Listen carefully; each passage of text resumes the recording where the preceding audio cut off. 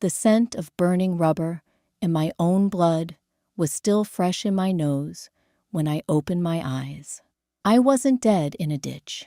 I was sitting at the mahogany dining table of the Sinclair estate.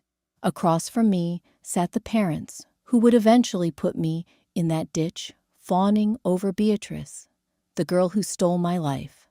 In my last life, I fought until my last breath to expose her. This time, I'm going to pass the butter and watch them burn. The phantom pain in my ribs was a living thing. It seized my chest the moment my eyelids fluttered open, a sharp, violent ache that made me gasp out loud. I braced my hands against the edge of a table, expecting to feel the jagged, freezing asphalt of the highway shoulder. Instead, my palms met polished mahogany. Smooth, cool, expensive. The ringing in my ears faded, replaced by the delicate rhythmic clinking of silver against fine china. Nora, close your mouth. You look like a caught fish. Evelyn's voice sliced through the haze. It was a voice I hadn't heard in 5 years, not since the day they formally disowned me, freezing my accounts and locking me out of the family trust. I blinked against the harsh, morning sunlight streaming through the floor-to-ceiling windows. The Sinclair dining room, the monstrous crystal chandelier overhead, caught the light, fracturing it into tiny rainbows across the lavish breakfast spread. I stared at the spread, freshly baked croissants, whipped butter, berries shipped in from a continent away. I looked down at my hands. They were clean. The dark frost-bitten purple of my fingertips was gone. The ragged, chewed nails of a woman who had spent the last 2 years living out of a rusted sedan were replaced by the manicured, soft hands of an 18-year-old girl. I was back. My gaze flicked across the table. Arthur Sinclair sat at the head, buried behind the financial section of the morning paper. Beside him sat my mother, Evelyn, her posture so rigid it looked painful, her sharp eyes fixed on me with standard simmering disapproval. And then there was Beatrice. She sat directly across from me, a picture of wounded innocence. Her golden hair was pinned back with a velvet bow, and her large, doe-like eyes were currently brimming with unshed tears. I just don't understand why she would do it, Mom, Beatrice whispered. Her voice was like spun sugar sweet and entirely hollow. The blue silk was custom-made for the gala tonight, and now there's a massive tear right down the seam. I know Nora resents me for the mix-up at the hospital, but to destroy my dress, the blue silk dress incident. I remembered this day perfectly. It was the week before the Sinclair Foundation's annual charity gala. The week I finally snapped. In my previous life, I had screamed. I had thrown a glass across the room. I had begged Arthur and Evelyn to look at the security footage, swearing up and down that I hadn't touched her wretched dress. My hysterics only cemented their belief that I was unhinged, a feral, jealous creature they regretted bringing back into their pristine lives. It was the catalyst for my eventual exile. Evelyn set her coffee cup down. The saucer didn't even rattle. "Nora," she said, her tone dripping with ice, "I am waiting for an explanation. Though frankly, your petty jealousy is exhausting." Arthur lowered his newspaper, his heavy brow furrowed. "We gave you a home, Nora. We brought you back when we discovered the hospital's error. But if you cannot learn to treat your sister with respect, you will find out very quickly that blood does not excuse barbarism." The sheer audacity of it washed over me. But instead of the burning, suffocating rage I felt the first time around, I felt nothing. A cold, flat expanse of nothing. I looked at Beatrice. I saw the tiny triumphant twitch at the corner of her lips. She was waiting for me to detonate. She thrived on it. Every time I exploded, I made her look like a saint. I took a slow, deep breath, tasting the faint notes of expensive roasted coffee in the air. The smell of blood was entirely gone now. I was alive. I had a second chance. And I wasn't going to waste a single second of it, begging for the scraps of affection from people who would eventually watch me starve. "You're right," I said. The silence in the dining room was absolute. The clinking of silver stopped. Arthur paused mid-sip. Evelyn's perfectly arched eyebrows drew together in a frown of profound confusion. Beatrice blinked the tears momentarily stalling in her eyes. "What?" "You're right." I repeated, my voice, even quiet, and completely devoid of emotion. I looked directly into Evelyn's eyes. It was petty. I was jealous. I shouldn't have touched the dress. I hadn't touched it, of course. Beatrice had taken a pair of fabric shears to the seam herself, because she decided last minute she preferred the red Valentino. But the truth was utterly useless in this house. The truth was a currency they didn't accept. "I apologize, Beatrice," I said, shifting my gaze to the girl who had usurped my life. "It was incredibly childish of me. I'll stay home from the gala tonight as punishment." Beatrice's jaw slacked slightly. She didn't want me to stay home. She wanted me to go in an off-the-rack dress so she could parade me around as the uncultured, unfortunate mistake of a sister to all her high society friends. Evelyn stared at me as if I had suddenly begun speaking in tongues. "You admit it." "I do," I said calmly. I picked up my linen napkin, folded it neatly, and placed it beside my untouched plate. I've been struggling to adjust. Seeing Beatrice so effortlessly perfect, it brought out the worst in me. I realize now how ungrateful I've been. You both gave me a place here when you didn't have to. Arthur cleared his throat, clearly unsettled by my abrupt capitulation. He was a man who understood war. He didn't know what to do with an unconditional surrender. "Well," he muttered, rustling his newspaper to hide his discomfort. "Admitting it is the first step. See that it doesn't happen again, Nora." "It won't," I promised, and it was the truest thing I had ever said. "Excuse me. I'm going to go to my room and reflect on my behavior." I pushed my chair back, the legs gliding silently over the Persian rug, and walked out of the dining room. I didn't look back, but I could feel the weight of 3 bewildered stares burning into my spine. As I climbed the sweeping curved staircase to the second floor, a cold, genuine smile stretched across my face. They wanted a perfect, obedient daughter who knew her place in the shadows. I would give them exactly that. I would be so quiet, so compliant, so utterly invisible that they wouldn't even notice me packing the parachutes while they piloted the family straight into the ground. My bedroom was at the end of the East Wing corridor. It was technically a guest room.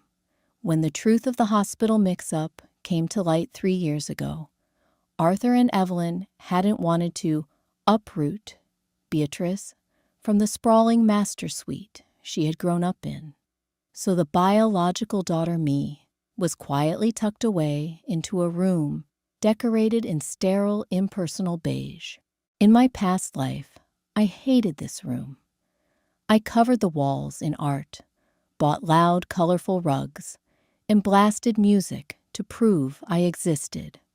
Now, as I closed the heavy oak door and locked it, the beige felt like a blank canvas.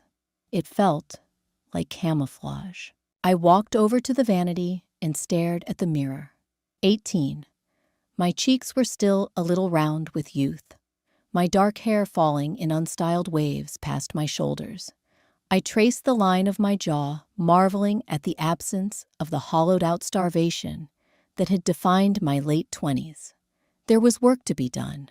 I moved to the small antique writing desk in the corner and pulled out a fresh legal pad. I needed capital, fast. In my past life, I had stubbornly refused to touch the allowance Arthur transferred to my account each month, viewing it as dirty money, a bribe to keep me quiet. I had tried to work part-time at a bookstore, which only humiliated Evelyn, and resulted in violent screaming matches about the family's reputation. This time, I was going to drain them dry. I pulled out my phone and logged into the banking app. The monthly allowance was sitting there, $10,000. To the Sinclairs, it was pocket change. To a girl who knew exactly how to navigate the upcoming shifts in the stock market over the next 5 years, it was seed money. I immediately initiated a transfer of $9,500 into a high-yield offshore brokerage account I set up online in less than 20 minutes. The remaining $500 I left for appearances. Over the next few weeks, I would systematically sell off the designer handbags and jewelry. Evelyn had gifted me items she bought in bulk for tax write-offs and never bothered to track. A soft knock interrupted my planning. "Nora!" Beatrice's voice bled through the wood. I flipped the legal pad over, smoothed my features into a mask of placid resignation, and unlocked the door. Beatrice stood in the hallway. She had abandoned the wounded fawn act and was currently eyeing me with a mixture of suspicion and annoyance. "Are you actually not going to the gala tonight?" "I don't deserve to go," I said softly, looking down at the carpet. "Not after what I did." Beatrice crossed her arms. "You're playing a game. What is it?" "No game, Bea." I forced myself to use the affectionate nickname I used to choke on. "I just realized Mom and Dad are right. I'm the outsider. I need to stop fighting you." She searched my face, looking for the familiar spark of defiance, the resentment she could weaponize. Finding nothing but dead-eyed submission, she huffed a small, victorious sigh. "Well, it's about time you figured it out. Honestly, Nora, it's exhausting trying to pretend we're equals when we both know you spent the first 15 years of your life in a trailer park." "You're right," I agreed, effortlessly. It was almost funny how little her words stung now. The venom had lost its potency because I no longer cared if I was poisoned. Beatrice frowned, clearly dissatisfied with my lack of resistance. She needed friction to feel powerful. Without it, she just felt unmoored. "Dad is making an announcement tonight at the gala about the expansion." My ears perked up, though I kept my face blank. The expansion. It was the Sinclair Tech Initiative. In my past life, Beatrice had convinced Arthur to invest millions into a startup founded by her older, charismatic, utterly fraudulent boyfriend, a guy named Julian Waite. No, let's call him Carter. Carter was a smooth-talking grifter with a degree in nothing and a PowerPoint presentation full of buzzwords. I had spent weeks researching Carter, presenting Arthur with a binder full of proof that the tech was a scam. Arthur had thrown the binder in the fireplace, told me I was a spiteful snake trying to ruin my sister's happiness, and funded Carter anyway. It was the first massive hemorrhage of the Sinclair fortune. Carter embezzled 80% of it, and the resulting scandal permanently damaged Arthur's reputation with the board. "That's wonderful," I said, forcing a warm, genuine smile. "Carter is brilliant, and you have such a good eye for business, Beatrice. Dad is lucky to have your insight." Beatrice stared at me, her eyes narrowing. "You think Carter's brilliant? Of course. Anyone can see that. I leaned against the doorframe, projecting nothing but supportive sisterhood. Honestly, if Dad is smart, he'll give Carter exactly what he's asking for. In fact, he should probably double it. Tech moves so fast. If you don't overfund the initial phase, you get left behind. Beatrice's posture straightened. The suspicion in her eyes was instantly replaced by the intoxicating thrill of validation. Greed is a predictable master. That's exactly what I told Dad, she said, her voice rising with excitement. Carter said he needed 10 million, but 15 would guarantee we secure the patent. Then you need to push for 15, I said, nodding earnestly. Don't let Dad's old-fashioned conservatism hold your future back. This is your legacy, B. I watched the hook set deep in her cheek. She didn't question why I was suddenly her cheerleader. Narcissists never question why people agree with them. They simply assume the world has finally caught up to their brilliance. You know, Beatrice said, giving me a magnanimous, patronizing smile. You're not entirely useless when you stop throwing tantrums. Maybe I'll bring you back a favor bag from the gala. Thank you, I murmured. Have a wonderful night. I closed the door and turned the lock until it clicked. Leaning against the heavy wood, I let out a long, slow breath. 15 million. She was going to push him to burn $15 million on a phantom company, and Arthur, blinded by his desperate need to indulge his perfect daughter, would do it. I walked back to my desk, picked up my pen, and wrote, Carter, 15 million on the legal pad. I drew a thick, heavy line through it. The demolition of the Sinclair empire had officially begun, and I didn't even have to light the match. I just had to keep handing Beatrice the gasoline. The house was a tomb. With Arthur, Evelyn, and Beatrice gone to the gala, the sprawling Sinclair estate settled into a heavy, oppressive silence. In my past life, this silence used to suffocate me. I would pace the halls, desperate for the sound of another human being screaming into the void, just to prove I existed. Tonight the silence was a symphony. It was the sound of a completely unsupervised workspace. I sat cross-legged on my bed, the glow of my laptop painting my face in harsh blue light. It was 9 p.m. The gala was in full swing. Arthur was likely standing at the podium right now, flashing his perfect capped teeth, announcing his blind faith in a man who would ruin him. I pulled up the trading platform I had funded earlier. $9,500. It was a pathetic sum in the grand scheme of corporate warfare, but I didn't need millions. I just needed leverage, and I knew exactly where to put the lever. In exactly 12 hours at the opening bell, a mid-sized pharmaceutical company called Caldwell Therapeutics was going to announce the catastrophic failure of their Stage 3 clinical trials for a highly publicized Alzheimer's drug. The stock was currently trading at $94 a share, inflated by months of aggressive manufactured hype. Tomorrow, it would plummet to 14. I didn't buy shares. I bought aggressive short-term put options. I bet every single penny of my meager capital on the total collapse of Caldwell Therapeutics. I hit confirm. The screen flashed green. The money was gone. A sudden phantom shiver violently racked my spine. My hands began to tremble, the fingers curling inward, as if trying to grasp a frayed blanket that wasn't there. I squeezed my eyes shut. I could feel the biting wind of a January night in Chicago, the rusted metal of a car door digging into my ribs, the dull, gnawing ache of a stomach that hadn't seen a hot meal in 3 days.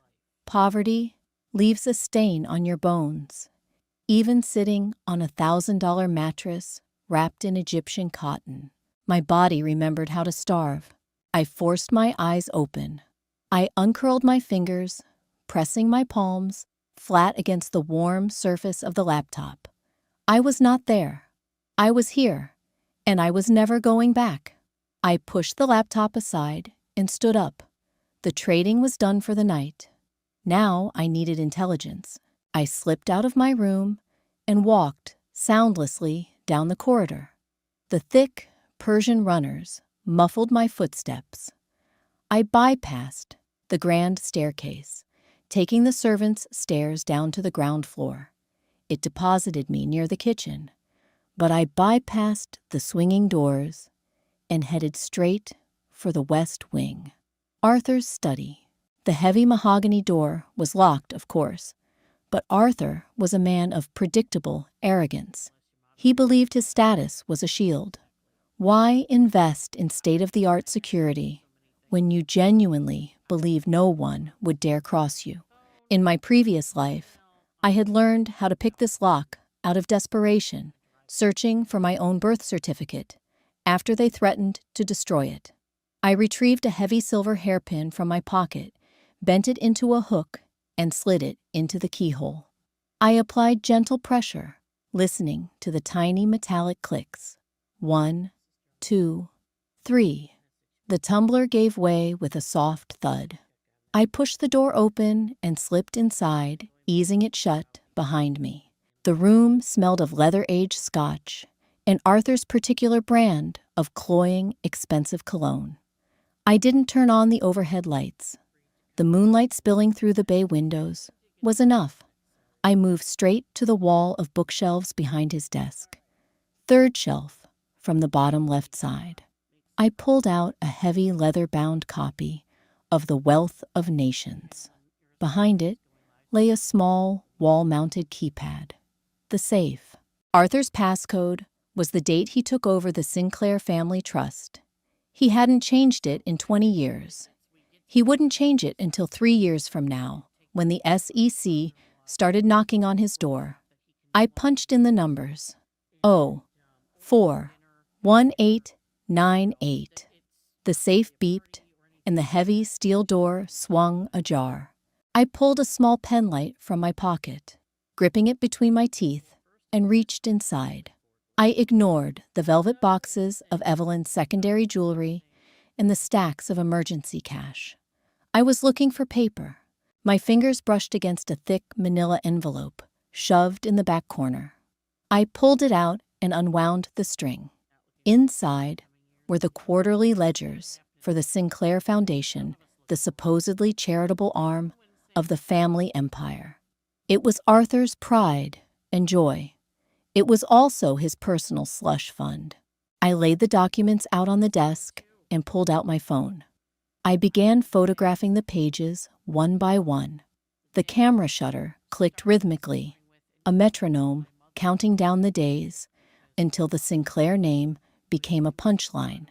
Page 4, a transfer of $2 million to a shell company in the Caymans. Page 7, $500,000 donated to a private consulting firm owned by one of Arthur's golf buddies. They looked so pristine on paper, so legitimate, but I knew the names. I knew the dates.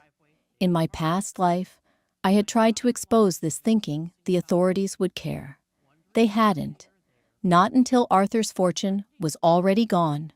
Justice, I had learned the hard way, was an expensive commodity. You had to buy it, or you had to manufacture it yourself. I slipped the papers back into the envelope, wound the string, and placed it exactly where I found it. I closed the safe, replaced the book, and wiped the desk surface with the sleeve of my sweater. By the time the front door chimed, signaling the return of the family, I was back in my bed, staring at the ceiling, waiting for the sun to rise. 15 million. Arthur slammed his coffee cup onto the saucer, the porcelain clattering loudly in the morning light. He wasn't angry. He was exhilarated. He looked 10 years younger, his face flushed with the kind of adrenaline only men who play with other people's money can feel. It was 9 a.m. The Caldwell Therapeutics stock was currently in free fall, and my net worth had just multiplied by 10. I sipped my orange juice, my face a mask of placid, polite interest. The board was hesitant. Of course. Arthur continued, cutting into a piece of steak. Cowards, the lot of them. They wanted a measured rollout. 3 million now, phase testing, then another 3. Nonsense. Carter made it perfectly clear that to capture the market share, we need total market saturation immediately. Carter was magnificent last night, Arthur. Evelyn chimed in. She was wearing a silk robe that cost more than my first car. He spoke with such conviction, and the way he looked at Beatrice during the applause. It was terribly romantic. Beatrice was glowing. She sat at the table like a reigning monarch, nursing a hangover with a cup of black tea. He's brilliant, she agreed smoothly.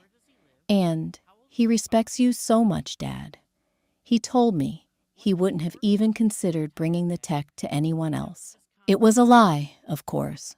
Carter had shopped his vaporware to 6 different venture capital firms in Silicon Valley. They had all laughed him out of the room. He only pivoted to Arthur because he realized old East Coast money was desperate to feel relevant in the tech boom. Nora, Evelyn said sharply, her tone abruptly shifting. I looked up, meeting her cold, evaluating gaze. Evelyn reached into the pocket of her robe and placed a small, faded velvet box on the table. She slid it across the mahogany surface. It stopped an inch from Beatrice's plate. Your grandmother's ring, Evelyn said softly, her eyes entirely on me. She always said it should go to the eldest daughter on her 18th birthday. Since you missed yours during the transition, I thought it best to give it to Beatrice. My grandmother's emerald, a square-cut, flawless stone surrounded by diamonds. In my past life, the sight of it sitting in Beatrice's palm had broken me. I had wept. I had called Evelyn cruel. I had argued that biology should matter, that it was my bloodline. The resulting fight ended with me locked in my room for 2 days. Evelyn was testing me. She was poking the bear, looking for the familiar explosion, so she could justify her underlying hatred of me. I looked at the box, then at Beatrice, who was already reaching for it with greedy, trembling fingers. It's stunning, I said. My voice was perfectly level. I offered Beatrice a warm, genuine smile. It suits you perfectly, Bea. Your hands are so much more elegant than mine. It would look absurd on me. Evelyn froze. The triumphant smirk vanished from her lips, replaced by a deep, unsettled frown. She stared at me, searching my face for sarcasm, for a micro-expression of rage. There was nothing, just a placid, dead-eyed calm. You don't mind? Evelyn asked, stumbling over the words. Why would I asked, tilting my head slightly. It's just a ring. And Beatrice is your daughter. It belongs with her. The words hung in the air, heavy and toxic. Beatrice is your daughter. The unspoken addendum and I am not echoed through the dining room. Arthur shifted uncomfortably in his seat. Evelyn looked as though she had swallowed a lemon. They wanted me to fight for them. My refusal to participate in their twisted affection games was deeply unnerving to them. The heavy brass knocker on the front door echoed through the hall, breaking the suffocating tension. That will be Carter, Beatrice said, hastily, shoving the ring onto her finger. It was slightly too loose, but she clenched her fist to keep it in place. She practically sprinted from the room. A moment later, Carter swaggered into the dining room.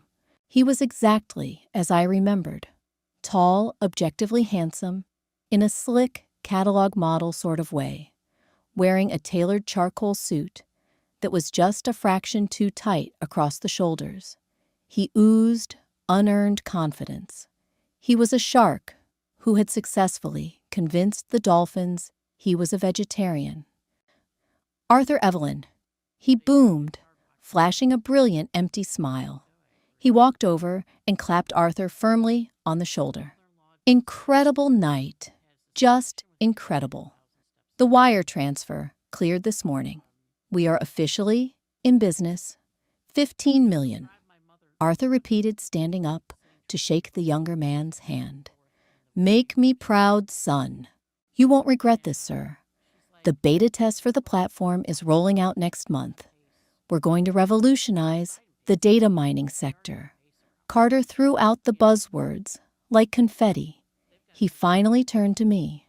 His eyes flicked over my plain sweater, my unstyled hair. He categorized me instantly: useless, insignificant background noise. "And you must be Nora." He said, his smile tight. "B told me you were feeling under the weather last night." I said, softly, standing up from the table.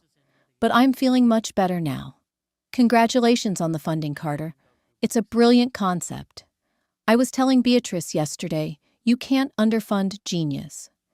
15 million is exactly what you need to burn through the development phase." Carter blinked, surprised by the coherent, supportive jargon coming from the supposedly unhinged sister. His chest puffed out slightly. "Exactly.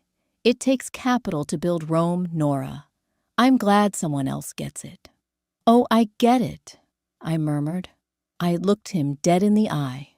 I saw the greed, the arrogance, the desperate need to prove he wasn't a fraud. I knew exactly how to break him. "You're going to do incredible things with that money. I can't wait to watch." I offered a small nod to Arthur and Evelyn, who were still staring at me with bewildered unease, and walked out of the room. The trap was fully set. Arthur's pride, Carter's greed, and Beatrice's vanity. They were all locked in a room together with $15 million in gasoline, and I had just handed them the matches. All I had to do now was wait for the fire. The opening bell of the New York Stock Exchange sounded exactly at 9:30 a.m. Eastern Standard Time. By 9:32 a.m., Caldwell Therapeutics issued a press release confirming the failure of their trial. By 9:45 a.m., the stock had plummeted 82%. I sat on a park bench 3 miles from the Sinclair estate, a cheap bodega coffee warming my hands, and watched the numbers on my phone screen turn violently red for them and brilliantly green for me. I closed my position at exactly 10 o'clock. My initial $9,500 was now $142,000. It was a drop in the ocean compared to the Sinclair fortune, but the Sinclair's money was tied up in public perception board approvals and illiquid assets. My money was cash. It was liquid, anonymous, and entirely mine. I took a sip of the bitter coffee. The city hummed around me. Cabs blared their horns. A pigeon fought a squirrel for a discarded pretzel. It was ordinary, gritty, and beautiful. In my past life, I had spent this exact Tuesday locked in my beige room, crying over the fact that Evelyn had excluded me from the family portrait they commissioned for the foyer. The photographer had actually asked me to step aside to check the lighting on Beatrice's hair. I smiled, a genuine, relaxed expression that felt foreign on my face. Let them paint their portraits. I was building an empire in the dirt. I spent the rest of the afternoon downtown, sitting in the cramped, dusty office of an estate lawyer named Heiress Finch. He was a man in his late 60s, with nicotine-stained fingers and a reputation for absolute, ironclad discretion. He didn't care about society galas or country clubs. He cared about billable hours and tight contracts. An LLC, Finch said, peering at me over the rim of his reading glasses. Registered in Delaware, wholly owned by an offshore holding company, which in turn is managed by a blind trust. You're 18, Miss Sinclair. Most girls your age are asking me to review trust disbursements for European backpacking trips. You're asking me to build a financial fortress. Why? Because I plan to put things inside it that other people will eventually want to take. I said simply. Finch studied me for a long moment. He didn't ask about my family. He didn't ask if Arthur approved. He just pulled a stack of forms from his drawer and clicked his pen. The name of the LLC, Vanguard Logistics. Plain, boring, invisible. By the time I returned to the estate, the sun was setting, casting long, dramatic shadows across the manicured lawns. The house was alive with frantic energy. Caterers were carrying trays of crystal glassware through the service entrance. A string quartet was tuning their instruments in the grand foyer. Beatrice was hosting a celebratory dinner for Carter's funding. Because in their world, you didn't celebrate the completion of a project. You celebrated the acquisition of the cash. I slipped through the back hallway, intending to retreat to my room, when Evelyn's voice stopped me cold. Nora, where have you been? She stood in the doorway of the formal dining room, a clipboard in her hand. She was wearing a structured navy dress that looked more like armor than evening wear. Her eyes raked over my jeans and plain wool coat, her mouth pressing into a thin white line of disapproval. I went for a walk, I said mildly. The city is nice today. A walk? She repeated the word, dripping with disdain. For 7 hours, without a word to the staff. Your father had security checking the perimeter footage. He hadn't, of course. Arthur wouldn't notice I was gone unless my absence somehow inconvenienced a business associate. Evelyn was just angry that she couldn't control my whereabouts. My new quiet compliance had stripped her of her usual ammunition. She couldn't punish me for fighting back, so she was desperately searching for a reason to punish me for existing. I apologize. I'll text next time, I said, keeping my tone perfectly I didn't defend myself. I didn't argue. I gave her absolutely nothing to push against. Evelyn faltered. Her grip on the clipboard tightened. She hated this. She hated looking at me and seeing a mirror that refused to reflect her own superiority. Beatrice's guests will be arriving in an hour. Please tell me you intend to make yourself presentable. The board members are attending. Actually, I said, taking a step back toward the stairs, I have a terrible headache. I think it's best if I stay out of the way tonight. I wouldn't want to bring down the mood. Tonight is about Carter and Beatrice.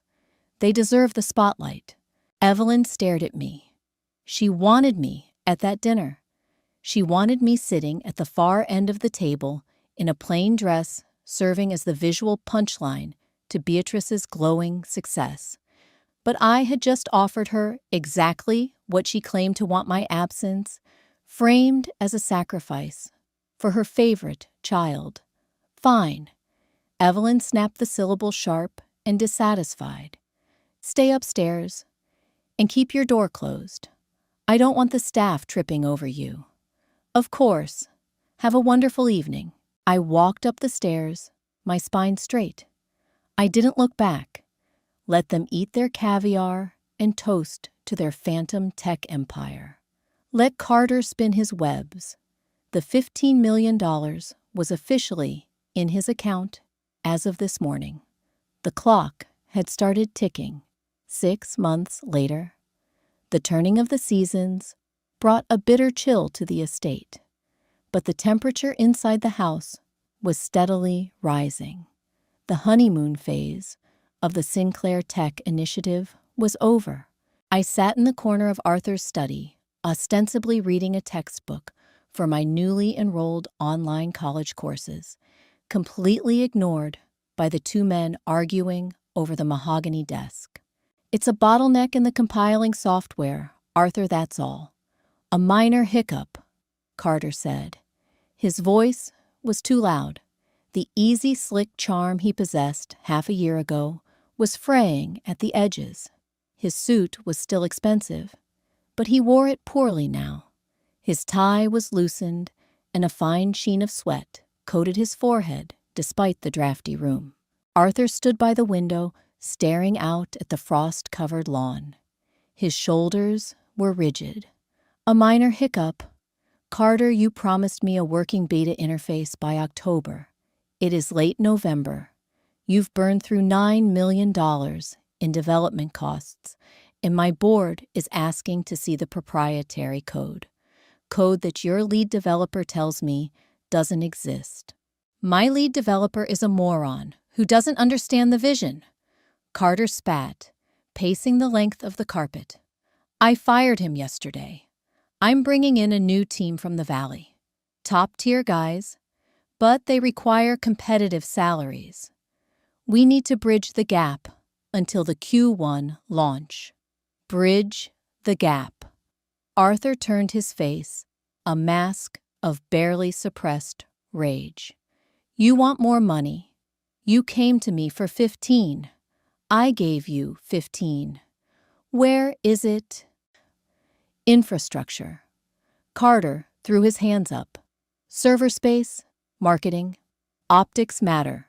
Arthur, we had to secure the lease on the downtown office space to project stability. You know how this game works. If you look broke, you are broke. The remaining $6 million is tied up in the patent litigation with that vulture firm trying to claim our algorithm. It was a beautiful, spectacular lie. I turned a page in my textbook. I knew exactly where the $9 million had gone. Carter had bought a penthouse in Tribeca. He had purchased a yacht he docked in Miami. He had paid off a massive, undisclosed gambling debt in Macau. The patent litigation was a shell game, orchestrated by a lawyer buddy of his, to launder the remaining funds. The actual software development team consisted of 3 exhausted recent graduates working out of a rented WeWork space, trying to build an impossible platform on a shoestring budget. Arthur rubbed his temples, a deep, heavy sigh, rattling his chest. The Sinclair pride was a fragile, dangerous thing. He couldn't admit he was wrong. If he cut his losses now, the board would crucify him. He would be the veteran tycoon, conned by a 26-year-old kid. His legacy would be stupidity. Dad? Beatrice pushed the heavy oak door open. She floated into the room, draped in cashmere, her grandmother's emerald flashing on her finger. She looked at Carter, her eyes softening with a sickly sweet adoration, before turning to Arthur. Is everything okay? You guys are practically shouting. Arthur forced a tight, artificial smile. Everything is fine, sweetheart. Just business. Carter told me about the new team, Beatrice said, sliding her arm through Carter's. She looked at her father with absolute demanding expectation. It's so exciting. He says, with a little push, we'll dominate the market by spring. You're going to authorize the bridge loan, aren't you? Arthur looked at his daughter. He looked at the fake heir, who validated his ego, who never questioned his authority, who played the part of the Sinclair princess perfectly. He couldn't say no to her. Saying no to her meant breaking the illusion. It's complicated, Beatrice. Arthur muttered, sitting down heavily in his leather chair. Liquidating assets right now will draw the board's attention. I can't just authorize another $5 million without a shareholder vote. The room went quiet. Carter's jaw clenched. Beatrice pouted. I closed my textbook with a soft, definitive thud. 3 heads snapped toward me. They had genuinely forgotten I was there. I let a moment of silence stretch, ensuring I had their complete attention before speaking. "Why go to the board?" I asked, my voice mild and genuinely curious. "The Sinclair Foundation has its own discretionary fund, doesn't it?" Arthur froze. The color drained from his face entirely. Carter frowned, confused. "The Charity Foundation?" "Yes." I continued, looking directly into Arthur's panicked eyes. "Dad was explaining it to me a few weeks ago. The foundation has a substantial endowment for community economic development, investing in a local tech startup that promises to bring jobs to the city. Wouldn't that fall perfectly under the foundation's mandate? It bypasses the corporate board entirely. It's fully under Dad's control." I was quoting the exact legal loophole Arthur used to funnel money to his golf buddies. I knew it. He knew it. Arthur stared at me. He was looking for the trap. He was searching my bland, innocent expression for a trace of blackmail. But I just looked like a naive, helpful daughter, trying to solve her sister's problem. Beatrice lit up. "Dad, that's brilliant. Is that true?" Carter's eyes gleamed with renewed, predatory hunger. "Arthur, if the foundation can underwrite the final phase, we don't have to answer to the corporate vampires. We keep everything in-house. It's perfect." Arthur swallowed hard.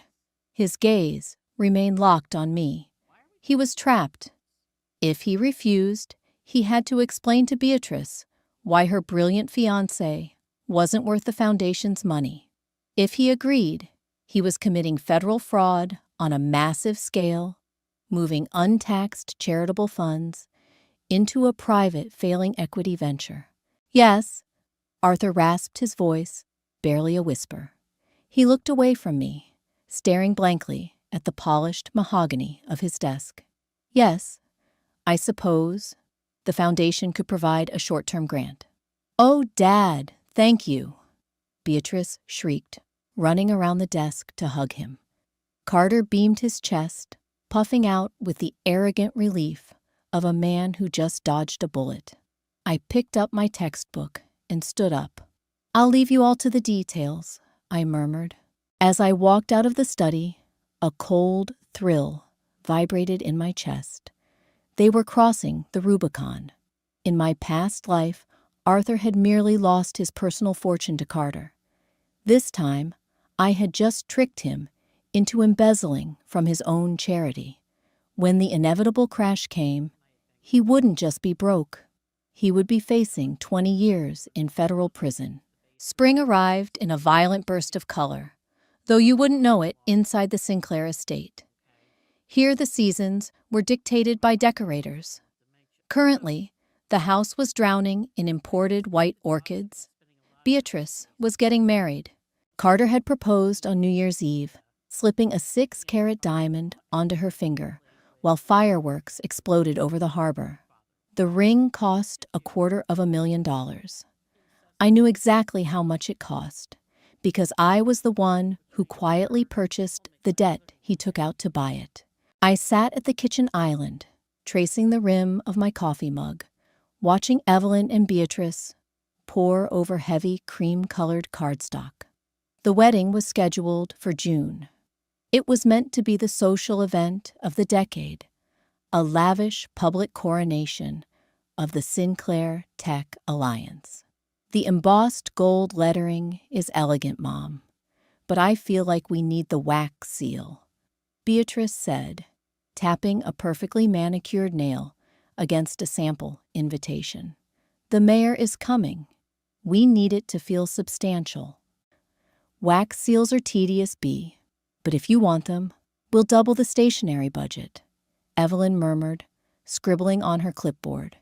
She looked exhausted.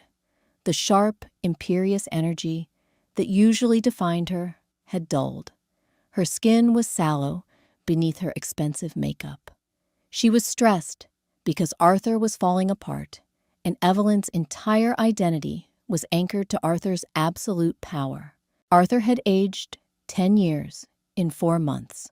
The transfer of the foundation's charitable funds into Carter's failing company had temporarily plugged the hole in the ship, but it hadn't stopped the water from rushing in. Carter's Q1 launch had been quietly delayed to Q3. The minor software hiccups had metastasized into fundamental architectural failures. The money was gone, and there was nothing to show for it. I took a sip of my coffee. "You should definitely do the wax seals, Beatrice," I said casually. "And the imported orchids for the centerpieces. It's an investment in the family brand. People measure success by what they can see. If you cut corners on the wedding, the board might think Sinclair Tech is struggling." Evelyn's head snapped up. Her eyes narrowed, searching my face for the trap. She was becoming paranoid, jumping at shadows, but she couldn't find a single flaw in my logic. It was the exact toxic philosophy she had lived by her entire life. "Nora is right," Evelyn said slowly, her voice tightening. "We can't show weakness. I'll call the florist and approve the upgrade." "Thanks, Nora." Beatrice beamed, practically vibrating with excitement. "You know, you've actually been tolerable lately. You can be one of the bridesmaids. Not the maid of honor, obviously, but you can stand at the end." "I'd be honored," I lied smoothly. My phone buzzed in my pocket. A single text from Heiress and Finch. "Paperwork finalized. The paper is yours." I stood up, excusing myself from the sea of bridal magazines, and walked out the back door into the crisp spring air. I needed to breathe. I walked the perimeter of the manicured grounds, my boots crunching softly against the gravel path. Vanguard Logistics was no longer just an empty LLC. It was a weapon. Over the last few months, I had taken the profits from my aggressive short selling and quietly funneled them into the secondary debt market. Carter was a man addicted to leverage. When the Sinclair money wasn't enough to fund his secret, lavish lifestyle, he had gone to private, high-interest lenders.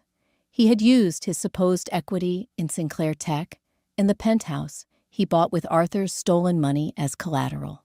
When Carter missed his first 2 payments, the lenders panicked. Finch stepped in, offering to buy Carter's bad debt for pennies on the dollar. The lenders took the cash and ran. As of this morning, Vanguard Logistics owned Carter's life. I held the deed to his penthouse. I owned the lien on his yacht. When the time came, I wouldn't just expose him. I would evict him. A black town car idled in the driveway as I rounded the corner of the estate. Arthur was stepping out of the back seat. He didn't look like a titan of industry anymore. He looked like a cornered animal. His suit hung loosely on his frame, and his hands visibly trembled as he handed his briefcase to the driver. "Dad," I called out softly. He flinched. Actually, physically flinched.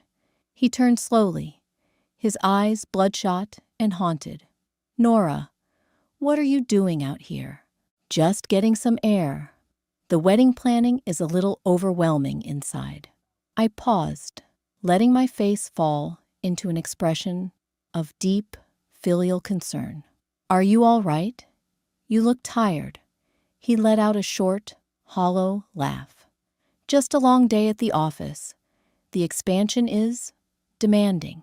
"Carter is working so hard," I said, twisting the knife with a gentle, supportive smile. "He's practically living at the office. Beatrice says he hasn't slept in days. I know it's stressful now, but once that algorithm goes public, you'll be the man who revolutionized the industry. The foundation's investment will pay off tenfold. You'll be a hero." Arthur stared at me. A bead of sweat trickled down his temple, despite the cool breeze. The word foundation hit him like a physical blow. He opened his mouth to speak, but only a dry, rattling breath came out. He knew, deep down, past the pride, in the delusion, he knew he was ruined. But he couldn't stop digging. "Yes," Arthur whispered, his voice cracking. "A hero." He turned and shuffled toward the heavy front doors, an old man walking to the gallows he built himself. I watched him go, feeling the cold, heavy weight of the phone in my pocket. The breaking point didn't arrive with a dramatic confrontation. It arrived on a Tuesday morning, tucked neatly into the business section of the Wall Street Journal. I was the first one downstairs. I walked into the dining room at 6:30 a.m. The house staff had already laid out the breakfast spread and placed the freshly ironed newspaper beside Arthur's plate. I poured myself a glass of water, walked over to Arthur's chair, and flipped the paper open. There it was, below the fold, but impossible to miss. Exclusive federal probe targets, Sinclair Foundation over alleged misuse of charitable funds. The article was brilliantly written. It cited anonymous sources who provided detailed photographic evidence of internal ledgers, the exact ledgers I had photographed in Arthur's study 8 months ago. The piece outlined a meticulous, damning trail of millions of dollars transferred from a tax-exempt charity directly into the private accounts of an unproven tech startup. I folded the paper, precisely as I found it, and sat down in my usual chair. At 7:15 a.m., Arthur walked in. He was wearing his robe, his hair uncombed. He shuffled to his seat, picked up his coffee, and reached for the paper. I didn't look away. I watched his eyes scan the headline. It was fascinating, biologically speaking, to watch a human being's soul leave their body. Arthur didn't scream. He didn't drop his coffee. He simply froze. His eyes widened, the pupils dilating, until they swallowed the iris. The color drained from his face so rapidly, his skin took on the waxy, translucent hue of a corpse. "Sta, Arthur." Evelyn walked into the room, tying the belt of her silk robe. She stopped instantly, sensing the catastrophic shift in the room's atmospheric pressure. "Arthur, what is it you're hyperventilating?" He wasn't speaking. His mouth opened and closed, producing only a faint, wet clicking sound. He shoved the paper toward her, his hand shaking so violently he knocked over his coffee cup. The dark liquid pooled across the mahogany, dripping onto the Persian rug. Evelyn picked up the paper. Her eyes darted across the page. "No," she breathed. The clipboard-wielding general vanished, replaced by a terrified, hollowed-out woman. "No, this is a mistake. This is a hit piece. Arthur, tell me this is a lie. Tell me you didn't touch the charity money." "Carter." Arthur choked out his voice, a strangled rasp. He ignored her, entirely fumbling in his robe pocket for his phone. He dialed frantically, pressing the device to his ear. "Carter, pick up the damn phone." The line rang, and went to voicemail. Arthur dialed again. Voicemail. "He's in a meeting," Beatrice said, brightly, strolling into the dining room. She was wearing a silk slip dress, her 6-carat ring catching the chandelier's light. "He texted me this morning. Said he had an emergency server patch to handle. Good morning, everyone. The florist said she can source the black tulips for the rehearsal dinner. Isn't that—" "Shut up!" Arthur roared. The sheer violence of his voice shattered the room. Beatrice recoiled as if she had been physically struck, her eyes wide with shock. In 20 years, Arthur Sinclair had never raised his voice at her. She was his golden calf. "Dad," she whimpered, tears instantly springing to her eyes. What's wrong? Why are you yelling at me? Your fiancé, Arthur snarled, spittle flying from his lips, is a thief. He took the money. He took everything. The feds are looking at the foundation ledgers. We are ruined. Beatrice shook her head, a frantic, pathetic denial taking hold. No, Carter wouldn't do that. He loves me. We're getting married in June. The company is launching next month. He told me. He lied. Evelyn shrieked, finally snapping. She turned on her daughter, her face contorted with a vicious, ugly panic. He played you, and he played your father, and now we are going to lose this house. Beatrice, we are going to lose everything. The dining room descended into absolute chaos. Evelyn was sobbing hysterically. Beatrice was screaming, pulling at her hair, refusing to believe her perfect fairy tale was burning down. Arthur was staring at the wall, aggressively redialing a disconnected number, his chest heaving with the onset of a genuine cardiac event. I sat quietly in my chair. I picked up a piece of toast and took a slow, methodical bite. Suddenly, Arthur's phone vibrated in his hand. He practically ripped it up to his face. He answered it, putting it on speaker in his desperation. Carter, where the hell are you? The SEC, Mr. Sinclair. A cool, unfamiliar voice interrupted. It wasn't Carter. This is Thomas with the building management at the Tribeca penthouse. We're trying to locate Mr. Carter. We have individuals here from Vanguard Logistics executing an eviction notice. They've seized the property. Arthur froze. Vanguard. What eviction I own. That penthouse. I paid for it.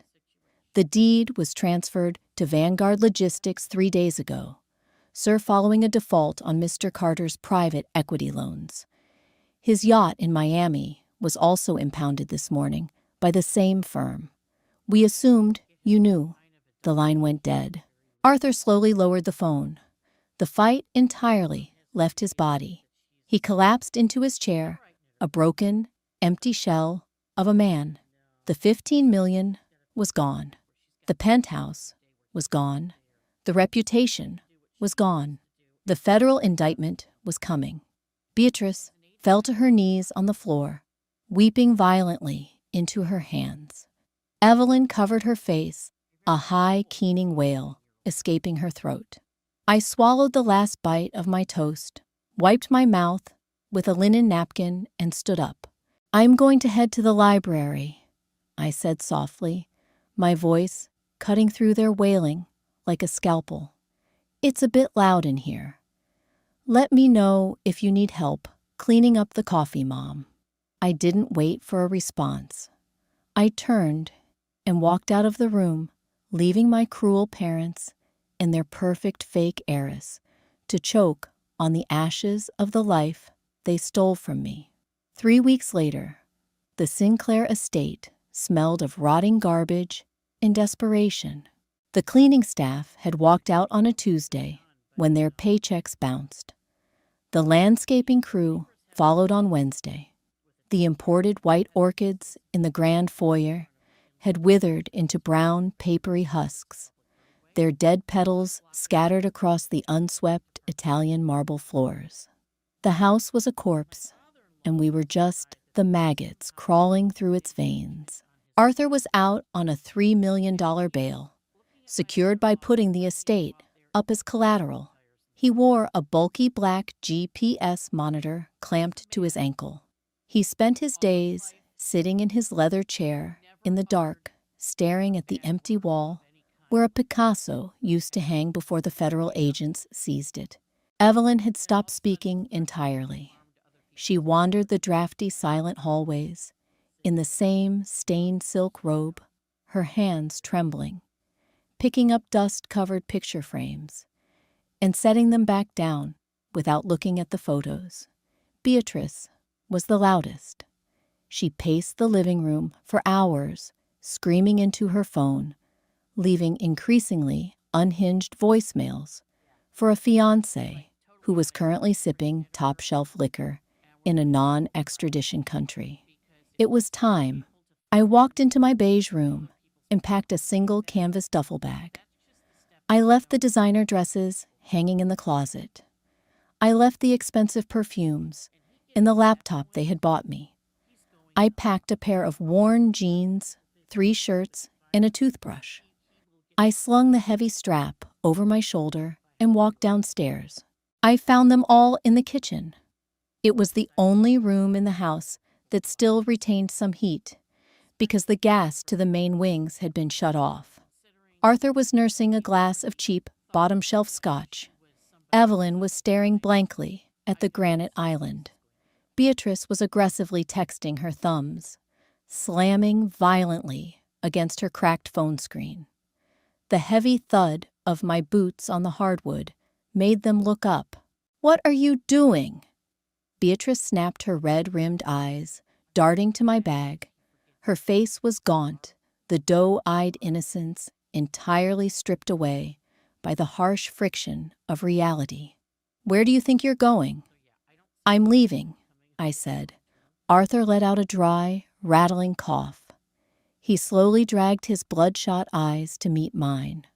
"Leaving. How wonderfully loyal. You eat our food, sleep under our roof. And the moment things get difficult, you abandon your family. You abandoned me the day you realized I didn't fit into your perfect country club aesthetic," I corrected mildly. I walked over to the kitchen island and dropped a thick manila folder onto the granite. It landed with a heavy, definitive smack. "But I'm not leaving you empty-handed. I brought you a parting gift." Evelyn blinked, breaking her catatonic stare. She looked down at the folder. "What is that?" "It's the deed to the Tribeca penthouse," I said, "and the title to Carter's yacht, and the promissory notes on the $3 million of private debt he took out under his own name." The kitchen went deathly silent. The only sound was the low, steady hum of the refrigerator. Arthur set his glass down. His hands were shaking. He reached for the folder, flipping the heavy cover open. His eyes scanned the legal jargon, tracking down the page until they landed on the signature at the bottom of the LLC registration. He stopped breathing. "Vanguard Logistics," he whispered. The words sounded like sandpaper tearing across his throat. He looked up at me, his face a mask of absolute, uncomprehending horror. You are Vanguard." "I am," I smiled. It was a terrifying, genuine smile. It reached my eyes. "I bought his debt for pennies on the dollar weeks ago. I evicted him. I took the assets. I also leaked the foundation ledgers to the Wall Street Journal." Beatrice dropped her phone. It shattered against the tile floor. "You," she choked out, backing away from me. "You did this. You ruined us." "No, Beatrice," I said, my voice dropping to a harsh, flat register. "You ruined yourselves. I just gave you the shovel." I looked at Arthur. "You wanted to play the infallible king. You were so desperate to believe you were a visionary that you threw your own charity money into a fire just because a con man stroked your ego." I turned to Evelyn. "You wanted a doll, not a daughter. You loved Beatrice because she was a blank, greedy mirror that reflected your own vanity back at you. You hated me because I survived the dirt you threw me in." "You little bitch," Evelyn hissed, her voice trembling with an impotent, fragile rage. She took a step toward me, raising her hand to strike my face. I didn't flinch. I just stared at her. My gaze was so cold, so entirely devoid of fear, that she froze mid-step. Her hand dropped to her side. She realized in that split second that she had absolutely no power over me. She never had. "I spent my last life screaming for you to love me," I said quietly. The words hung in the air, heavy, with a truth they couldn't possibly understand. I spent my last life trying to save you from Carter. You locked me out. You let me die on a freezing highway while you drank champagne with a thief. Arthur opened his mouth, but no sound came out. He looked down at the GPS monitor blinking on his ankle, then at the folder that contained his stolen millions he could never touch, legally owned by the daughter he discarded. Keep the folder, I said, adjusting the strap of my duffel bag. Consider it a souvenir. Carter is gone. The money is mine. The feds are going to put you in a very small cell, Arthur and Evelyn. You're going to have to learn how to scrub your own floors. I turned my back on them and walked down the hallway. Nora! Beatrice shrieked, a feral, desperate sound echoing off the vaulted ceilings. Nora, you can't leave me. We're sisters. I didn't stop. I opened the heavy front door and stepped out into the crisp, bright morning. The air tasted like rain and asphalt. It tasted like freedom. I pulled the door shut behind me, the heavy brass latch clicking firmly into place, locking them inside their tomb for good. I walked down the long, winding driveway, the gravel crunching beneath my boots. I didn't look back at the sprawling mansion. I didn't care if they were crying or breaking dishes. They were ghosts to me now. A sleek, black town car was waiting at the front gates sent by Heiress and Finch. The driver opened the door for me. I slid into the plush leather seat, tossing my duffel bag onto the floorboards. Where to, Miss Sinclair? He asked, glancing in the rearview mirror. Just drive, I said, watching the iron gates of the estate shrink into the distance. Anywhere but here. And that is how you rewrite history. Nora didn't just survive her second chance. She weaponized their own greed and watched the Sinclair empire crumble from the front row. If you love this dark, satisfying journey of revenge and absolute karma, hit that like button right now. It really helps the channel grow. Don't forget to share this story with anyone who loves a brilliant, calculating protagonist, and subscribe so you never miss out on our next Reborn drama. What was your absolute favorite moment of Nora's revenge? Let me know in the comments below. See you next time.